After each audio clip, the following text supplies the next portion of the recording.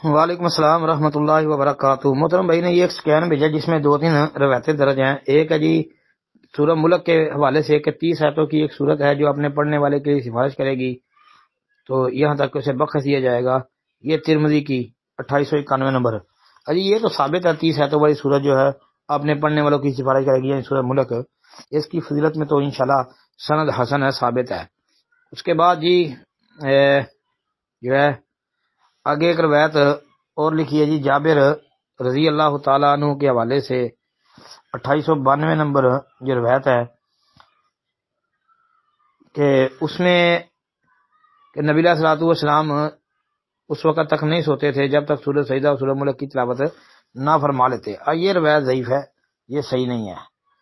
اس میں ایک تو لیث بن نبی سلیم ضعیف اور مدلس ہے، پھر ابو زبیر اس کی تدلیس بھی اس میں موجود ہے۔ تو راجح بات یہی ہے کہ یہ روایت ثابت نہیں ہے۔ پھر اس روایت کو حسن سمجھنا یہ درست نہیں ہے۔ حافظ ابن حجر اسقلانی رحمۃ اللہ علیہ نے نتائج الافکار کے اندر اس کی سند کو جو ہے معلول قرار دیا، یعنی مرسل یا موضل کہا ہے۔ اچھا، پھر اس کے علاوہ بھی کئی محققین ہیں جنہوں نے اس پر کلام کیا ہے، تو لہذا راجح بات یہی ہے کہ یہ ثابت نہیں ہے جی۔ اچھا جی، پھر ایک روایت تیسری بھائی نے جو ہے وہ یہ پوچھی ہے، اس میں درج ہے کہ یہ سورہ ملک کے حوالے سے ہے، 2890 نمبر حدیث ہے۔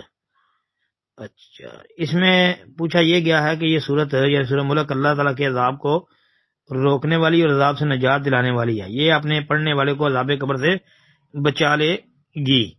یہ روایت جو ہے نا 2890 نمبر والی سند اس کی ضعیف ہے، اس لیے کہ اس میں یا بن عمر بن مالک النکری جی اس کی یہ تفرد والی روایت جو خاص یہ تو صحیح نہیں ہے۔